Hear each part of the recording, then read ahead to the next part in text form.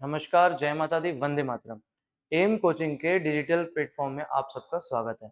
अब तक हमने बायोलॉजी का चैप्टर सेल के 2 लेक्चर ले चुके हैं, जिसमें हमने सेल के बारे में पढ़ा था, थोड़ा-सा ओवरव्यू पढ़ लिया था सेल के बारे में, प्रोकैरियोट्स के बारे में हमने पढ़ना स्टार्ट किया था और हमने उसको थोड़ा बहुत पढ़ा था। उसकी सेल मेम्ब्रेन हमने बोली थी कि यूकेरियोट की जैसे होगी तो हम बाद में पढ़ेंगे, उसके सेल वॉल को थोड़ा देख लिया था, ठीक है। अब हम बात करेंगे उसके आगे की, मतलब उसके न्यूक्लियर की आज के लेक्चर से। तो सबसे पहले हम उसी की बात कर लेंगे।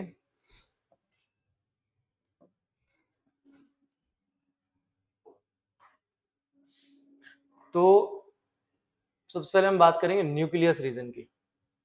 देखो, आपको मैंने बताया था कि जो प्रोकैरियोट्स होते हैं उसके अंदर कोई न्यूक्लियस तो मिलता नहीं है, पर डीएनए जो जेनेटिक मटेरियल है वो कहीं ना कहीं पड़ा रहता है। या तो वो एक क्रोमोसोम के रूप में रहेगा या सर्कुलर डीएनए के रूप में रहेगा, तो उस एरिया को अपन ने न्यूक्लियोइड कहा था। वैसे मैं बात कर रहा हूँ कि जो जेनेटिक मटेरियल है ये नेक्ड होगा, मतलब इसको कहते हैं नग्न होगा। क्यों होगा? क्योंकि इसके पास कोई मेम्ब्रेन नहीं है खुद की, ठीक है, और not enveloped bye nuclear membrane. अब नेक्ड क्यों कहते हैं? अपने जो यूकैरियोट होता है ना, उसमें हिस्टोन प्रोटीन होता है, जो अपने ऐसे डीएनए होता है ये वाला ऐसे, इसके साथ में ऐसे अटैच रहते हैं हिस्टोन प्रोटीन, पर यहाँ पे हिस्टोन प्रोटीन एब्सेंट होंगे। प्रोकैरियोट्स में प्रोटीन एब्सेंट होंगे, इसमें मिलेंगे ही नहीं, इसलिए इसे क्या कहा? नेक्ड, नग्न कहा। इसके ऊपर क्या है? न्यूक्लियर मेम्ब्रेन नहीं पाई जाती, ठीक है। ये मैंने बात कर दी, हिस्टोन प्रोटीन एब्सेंट है, क्यों? इसी वजह से इसको नग्न कहा जा रहा है। अब कह रहे हैं कि जेनोमिक डीएनए है जो प्रोकैरियोट्स का है, जो बैक्टीरिया कह लें, या तो वो सिंगल क्रोमोसोम के रूप में रहेगा, या कैसा रहेगा? Circular DNA. ये डिवाइडिंग स्टेज अपन जब सेल साइकिल पढ़ेंगे तब पढ़ेंगे कि कब डीएनए कैसा रहता है, उस समय आपको समझा दूंगा। अभी के लिए इतना करो कि ये अभी या तो सिंगल क्रोमोसोम या सर्कुलर फॉर्म में रहेगा। तो ये उसके न्यूक्लियस की हमने बात करी। न्यूक्लियस न्यूक्लियस तो उसमें देखो नॉर्मल भाषा में हम यूज कर सकते हैं न्यूक्लियस, पर असलियत में इसमें न्यूक्लियस नहीं पाया जाता। क्या पाया जाता है? न्यूक्लियोइड। एक न्यूक्लियस रीजन होता है, उसको अपन न्यूक्लियोइड के नाम से संबोधित करते हैं। इसका हम अगला देखें। अब हमने डीएनए की बात कर ली, अब हम बात करेंगे प्लाज्मिड। सर ये प्लाज्मिड होता क्या है? तो मैं आपको बता दूं कि जितना भी डीएनए जो सर्कुलर फॉर्म का डीएनए है, न्यूक्लियस डीएनए के अलावा, जो न्यूक्लियोइड का डीएनए है उसके अलावा सेल में अगर प्रोकैरियोट्स में कहीं डीएनए सर्कुलर फॉर्म में मिल रहा है तो उसे अपन क्या कहेंगे?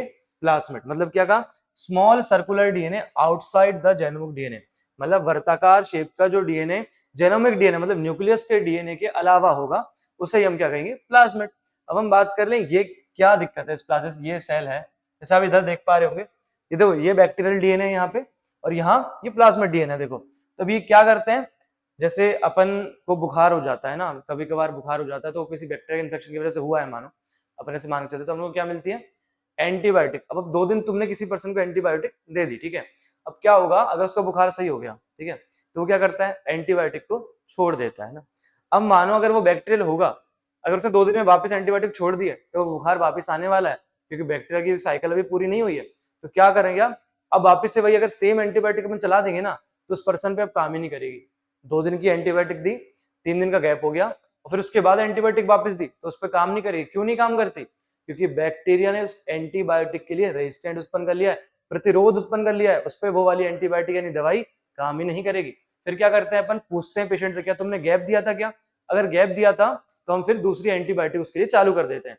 अब हम बात कर लें कि ये क्यों होता है, तो ये कैरेक्टर होता है प्लाज्मिड के डीएनए की वजह से। जो प्लाज्मिड में जो डीएनए होता है उसी के कैरेक्टर एक्सप्रेस होकर उसको एंटीबायोटिक रेजिस्टेंस बनाते हैं, ठीक है। तो ये क्या होता है? The DNA confirm certain unique characters to bacteria, कुछ विशेष कैरेक्टर प्रदान करता है बैक्टीरिया। कौन कौन से? जैसे हमने पढ़ा अभी, such character is resistance to antibiotic, antibiotic के लिए रेजिस्टेंस उत्पन्न कर सकता है ये वाला, ठीक है।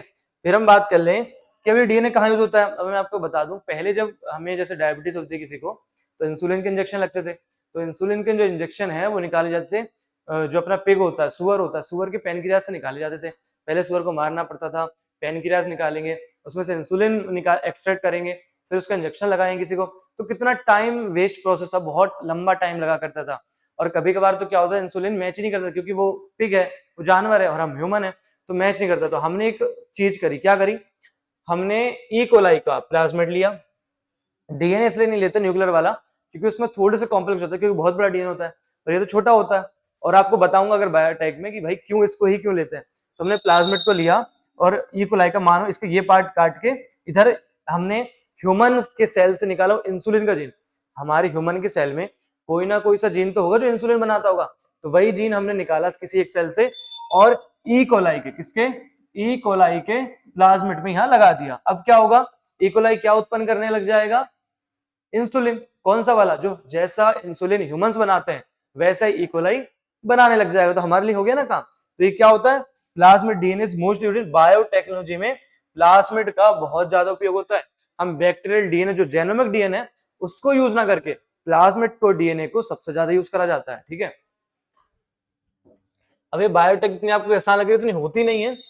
ठीक है, बहुत चांस करने पड़ते हैं, बहुत बहुत बार फेल भी हो जाती है, बहुत बार सक्सेस भी हो जाती है, तो अलग अलग करते हैं। पर उधर सक्सेस हो गई, फिर ई कोलाई का फार्मिंग करने लग जाए। कैसे, सिर्फ फार्मिंग खेती नहीं होती, मतलब खेत में लगाना नहीं होता, नॉर्मल कमरों में भी क्या उसकी कॉलोनीज बनाने लग गए ई कोलाई की। ई कोलाई वो इंसुलिन उत्पन्न करती थी, इंसुलिन को नॉर्मली ले सकते थे। ये तो नहीं कि भाई पिग ढूंढेंगे, पिग काटेंगे, फिर उसका पेनक्रियाज निकालेंगे, नहीं, अब ई कोलाई डायरेक्ट पैदा कर रही है, तो कितना ईजी हो गया। तो ऐसे बायोटेक्नोलॉजी में बहुत यूज होता है। ठीक है, अब हम बात कर रहे हैं क्या, अगर देखो कुछ बैक्टीरिया क्या होते हैं, मोटाइल मतलब गतिशील होते हैं। ठीक है, गतिशील है, गति होने वाली है, और कुछ नॉन मोटाइल गतिशील नहीं होते। ठीक है, अगतिशील, तो कुछ गतिशील होंगे मोटाइल होंगे और कुछ अगतिशील मतलब नॉन मोटाइल होंगे।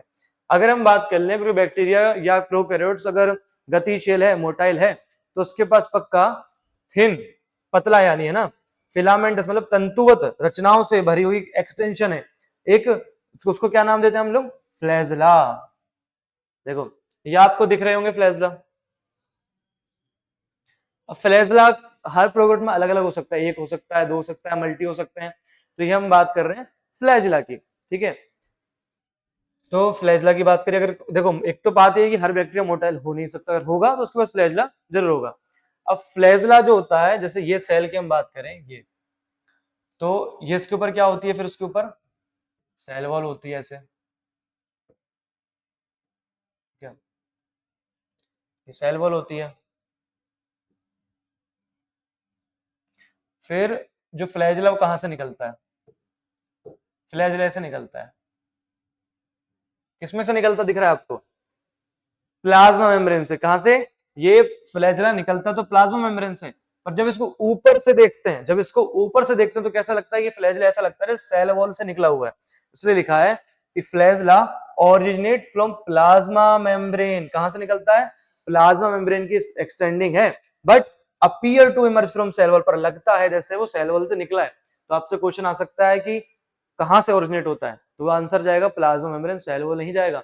पर वो तो हमें लगता है, देख अपीयर क्या लगता है, सेल वॉल से निकला हो, क्योंकि हम ऊपर से देखते हैं। ठीक है, तो ये एनसीईआरटी की एक लाइन थी जो आपको मैंने बता दी, लोग बच्चे कंफ्यूज हो जाते हैं इसमें। फिर हम बात करें कि भाई जो फ्लैजला बनता किससे है, तो प्रोकैरियोट्स के अंदर जो फ्लैजला है कुछ नहीं, उसके प्रोटीन का नाम ही अपने फ्लैजलिन प्रोटीन रख दिया आसान करने के लिए। तो प्रोकैरियोट्स का जो फ्लैजला किससे बनता है, फ्लैजलिन प्रोटीन से। ठीक है, अब तीन पार्ट से मिलकर बनता है फ्लैजला। बैक्टीरिया का जो फ्लैजलम है वो तीन पार्ट से मिलकर बनता है, फिलामेंट, हुक और बेसल बॉडी। अब कह रहे हैं कि लॉन्ग फिलामेंट सबसे, इसका जो तीनों का पार्ट में फिलामेंट सबसे लंबा होता है जो सेल सर्फेस ऐसा रहता है। ये सेल मेम्ब्रेन हो गई, ठीक है, ये बेसल बॉडी हो गई, ये हुक हो गया, और फिर ऐसा फ्लैजला रहता है ये। तो फ्लैजला के तीन पार्ट हो गए, ये क्या हो गया, बेसल बॉडी,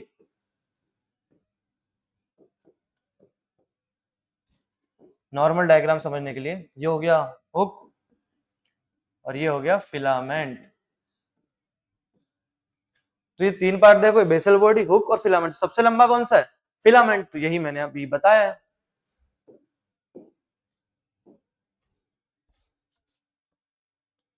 ये तो हमने बात करी मोटाइल की, पर सिर्फ बैक्टीरिया में सिर्फ अकेला फ्लैजला नहीं मिलता, पिलाई और फिम्ब्री भी मिलते हैं। ये क्या होते हैं, हम इसकी भी बात कर लेते हैं।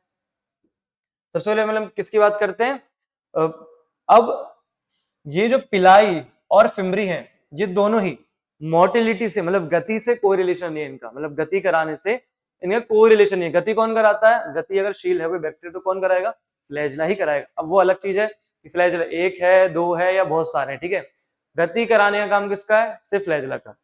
पिलाई और फिम्ब्री का काम गति कराना नहीं है, मोटिलिटी में इनका कोई रोल नहीं। इसलिए कह रहे हैं कि सरफेस स्ट्रक्चर तो होते हैं, ऐसी सरफेस के ऊपर भी होते हैं, पर not involve in mortality. Mortality में इनका कोई रोल नहीं, गति कराने में इनका कोई भी रोल नहीं है। अब हम बात करें पिलाई की, तो आप इधर देखो, ये है पिलाई, ये लंबे लंबे आपको दिख रहे होंगे, ये पिलाई है। ये तो देखो फ्लैजला है, जो जब से बड़ा दिख रहा है ये फ्लैजला है। ये कराता है मूवमेंट में काम, इसका ही सिर्फ काम किसमें होता है? मूवमेंट में। ये कहते हैं मोटिलिटी में, ठीक है। इन दोनों काम, बाकी पिलाई का कोई काम नहीं है मोटिलिटी में, ना फिम्ब्रे का कोई काम है। तो ये आपको लंबा सा दिख रहा है पिलाई, फ्लैजला से छोटा है पिलाई, तो क्या करेंगे? पिलाई और लॉन्ग, लॉन्ग होता है, ट्यूब लाइक स्ट्रक्चर होते हैं, किसके बने होंगे? जैसे फ्लैजला किसका बना था? फ्लैजलिन प्रोटीन का। वैसे पिलाई किसके बने होंगे? पिलिन प्रोटीन के। तो दोनों के प्रोटीन में अंतर है, ये बने फ्लैजलिन प्रोटीन के और ये पिलिन प्रोटीन के, तो ये लॉन्ग होते हैं। अब हम बात करें फिम्ब्रे के, तो छोटे छोटे आपको दिख रहे हैं ब्रश लाइक, तो ये क्या है? फाइबर से छोटे छोटे। तो फिम्ब्रे यार शॉर्ट, छोटे है ना, छोटे हैं कैसे? रेशो, जैसे रेशो की तरह होते हैं, ब्रश लाइक फाइबर्स हैं, extending from the cell, cell से ही निकले होते हैं, पर इनका मोटिलिटी में कोई रोल नहीं होता। अब पिलाई फिम्ब्रे फिर करते क्या है? ये क्या करते हैं? जैसे बैक्टीरिया जाता है तो पत्थर पे रहना, उससे सरफेस से चिपक जाना है, किसी सरफेस पे होस्ट करना, तो चिपका देना, ठीक है। तो मोटिलिटी का काम कौन कर रहा है? फ्लैजलम। और जो अटैच करने का काम कौन कर रहा है? पिलाई और फिम्ब्रे। तो help some bacteria attach to rocks और होस्ट टिश्यू। सिर्फ पत्थर ही नहीं, कहीं भी चिपकाने के लिए अगर उसको अटैच करवाना है बैक्टीरिया को, तो यही दोनों उसके काम आने वाले हैं। तो आपको समझिए, सबसे बड़ा होता है फ्लैजला, अगर साइज की बात करें, फिर उससे होता है पिलाई, और उसके छोटा होता है फिम्ब्रे। फ्लैजलम बना होता है फ्लैजलिन प्रोटीन का, और पिलाई बनता है पिलिन प्रोटीन का, ठीक है। या हम ऐसा कह सकते हैं कि ये वाला मोटिलिटी में काम आता है, उसको गति करवाता है, पर ये दोनों गति नहीं करवाते, कराते हैं होस्ट करवा देते हैं, ठीक है।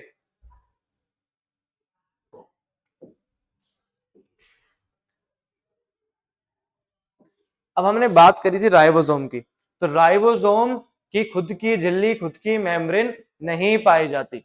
तो खुद की झिल्ली या खुद की मेम्ब्रेन अगर उसमें नहीं मिल रही, तो वो प्रोकैरियोट्स में भी पाया जाएगा और यूकैरियोट्स में भी पाया जाएगा। पर हमने बात कर ली थी कि यूकैरियोट्स में 70S और 80S दोनों तरह के राइबोसोम्स मिलने वाले हैं, पर प्रोकैरियोट्स में सिर्फ 70S राइबोसोम्स देखने को मिलेंगे, ठीक है। तो प्रोकैरियोट्स में क्या होता है? Ribosomes are attached to the plasma membrane. जो अपनी सेल होती है, ये जो प्लाज्मा मेम्ब्रेन होती है, इसी के अराउंड ऐसे राइबोसोम इकट्ठे हो जाते हैं। कौन से वाले? 70S हमने बात कर ली थी पहले ही,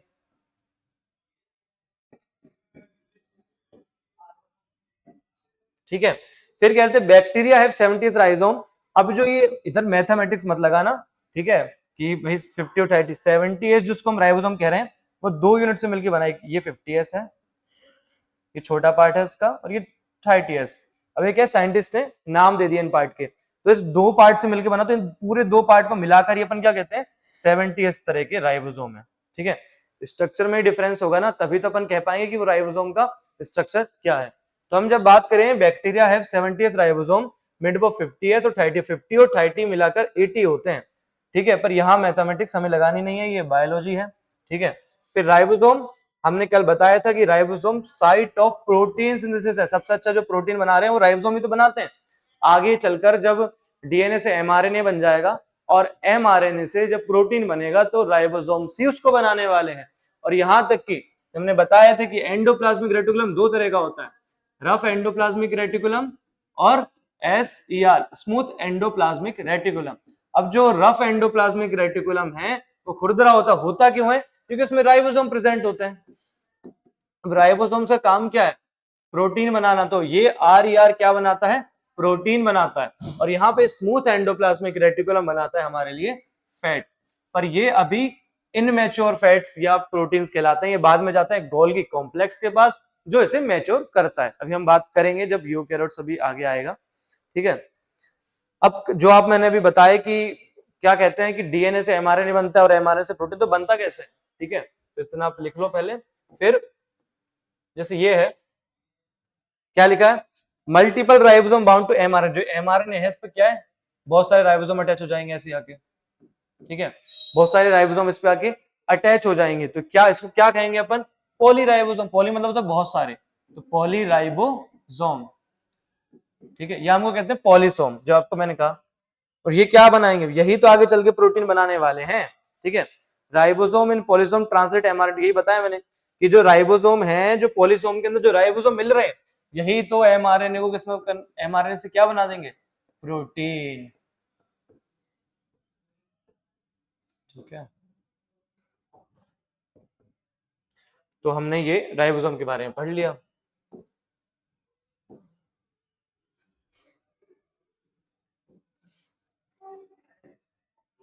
अब हम बात करें इंक्लूजन बॉडी की, तो क्या होता है कि जो बैक्टीरिया या एक यूकैरियोट्स होते हैं उनके अंदर तो वैक्यूल मिलता है। वैक्यूल क्या काम करता है? रिक्त स्थान होता है, इसमें गैसेस, कोई वेस्ट या किसी भी तरह की चीजें उसमें इकट्ठी हो जाती हैं। पर प्रोकैरियोट्स के पास नॉन मेम्ब्रेन बाउंड सारे ऑर्गेनिल्स मिलते हैं, क्योंकि मेम्ब्रेन बाउंड ऑर्गेनिल्स प्रोकैरियोट्स के पास तो होते नहीं है, तो वैक्यूल इसमें मिलेगा नहीं। तो क्या मिलेगा? इंक्लूजन बॉडी मिलेगी। तो इंक्लूजन बॉडी क्या होता है? Stored substances in prokaryotic cells are found as inclusion bodies in the cytoplasm. जो स्टोर सब्सटेंस होते हैं प्रोकैरियोट में, कहां पे मिलते हैं? इंक्लूजन बॉडी के। इनकी खुद की मेम्ब्रेन नहीं होती, नॉन मेम्ब्रेन है ना, नॉन मेम्ब्रेनस, इनकी खुद की झिल्ली इनमें नहीं पाई जाती। Not bounded by any membrane and float freely in cytoplasm. अब कोई मेम्ब्रेन ही नहीं होगी तो कहां रहेंगे? साइटोप्लाज्म में एक जगह पड़े रहेंगे, तो फ्रीली फ्लोट करते रहते हैं कहीं ये। अब कुछ एग्जांपल की बात कर लें तो फोस्फेट ग्रेन्यूल पाए जाते हैं, इसमें फोस्फेट भरा ही होगा, ठीक है। साइनोफाइशियन ग्रेन्यूल, ठीक है। ऐसे ही ग्लाइकोजेनिक ग्रेन्यूल्स। तो ये क्या है? ये अलग अलग इंक्लूजन बॉडी हैं जो प्रोकैरियोट्स में अब तक देखने को मिली है। उसी प्रकार हम बात करें ब्लू ग्रीन एल्गी की, तो वो फोटोसिंथेसिस कर रही थी। किससे कर रही थी फोटोसिंथेसिस? मेसोजोम से कर रही थी? नहीं, मेसोजोम ने क्रोमेटोफोर से कर रही थी कि उसमें पिगमेंट पाए जाते हैं। यही इसका डिफरेंस है। क्रोमेटोफोर भी सेल मेम्ब्रेन का एक्सटेंशन है और यहाँ मेसोजोम भी है, पर क्रोमेटोफोर के अंदर पिगमेंट देखने को मिल रहे थे, तो वो क्या करेगी? फोटोसिंथेसिस करेगी। उसी प्रकार जो गैस वैक्यूल, अब क्या होगा? फोटोसिंथेसिस में बनेगी गैस, तो गैस को स्टोर करने के लिए क्या चाहिए? Gas vacuoles are found in blue green algae. अब ये वैक्यूल्स तो देखा असलियत में होंगे नहीं, ये होंगे इंक्लूजन बॉडी का टाइप, पर इसको नाम दिया है बस गैस वैक्यूल्स, क्योंकि पहले शायद इसको प्लांट किंगडम में कभी रखा गया था। फिर उसी प्रकार पर्पल और ग्रीन फोटोसिंथेटिक बैक्टीरिया, ठीक है। तो अब गैस वैक्यूल का काम क्या होगा? जो फोटोसिंथेसिस होगी उसके अंदर गैसेस का होगा एक्सचेंज, तो गैसेस को कहीं स्टोर तो करना पड़ेगा, तो स्टोर करने के लिए वैक्यूल्स तो उसमें पाए नहीं जाते। अब प्रोकैरियोट्स में मिलते हैं इंक्लूजन बॉडीज, तो उन्हीं को शायद नाम दिया गया यहाँ पे गैस वैक्यूल। कहाँ कहाँ मिलेंगे? Green algae, blue green algae, जो किसे किसे कहते हैं अपन? साइनोबैक्टीरिया को। ये कोई एल्गी है नहीं, ये सिर्फ क्या है? पहले कभी इसको प्लांट किंगडम में एल्गी में रखा गया था, थैलोफाइटा के अंदर, इसलिए इसका नाम ब्लू ग्रीन एल्गी पड़ गया है, पर बाद में इसको मोनेरा के अंदर शिफ्ट कर दिया गया, पर नाम इसका भी वही है, blue green algae. Blue green algae is not a algae, it is a prokaryote. ऐसे ही पल्पर और ग्रीन फोटोसिंथेटिक बैक्टीरिया। अब ये नाम से ही पता लग रहा है कि ये दोनों बैक्टीरिया कैसे हैं? फोटोसिंथेटिक है। फोटोसिंथेटिक है तो इनके अंदर भी गैस वैक्यूल देखने को पाया जाएगा, मिलेगा, ठीक है। इसी के साथ आज का अपना लेक्चर होता है खत्म। अगले लेक्चर में अपन यहीं से बात कर लेंगे, अगले लेक्चर अपन यूकैरियोट चालू करेंगे। धन्यवाद।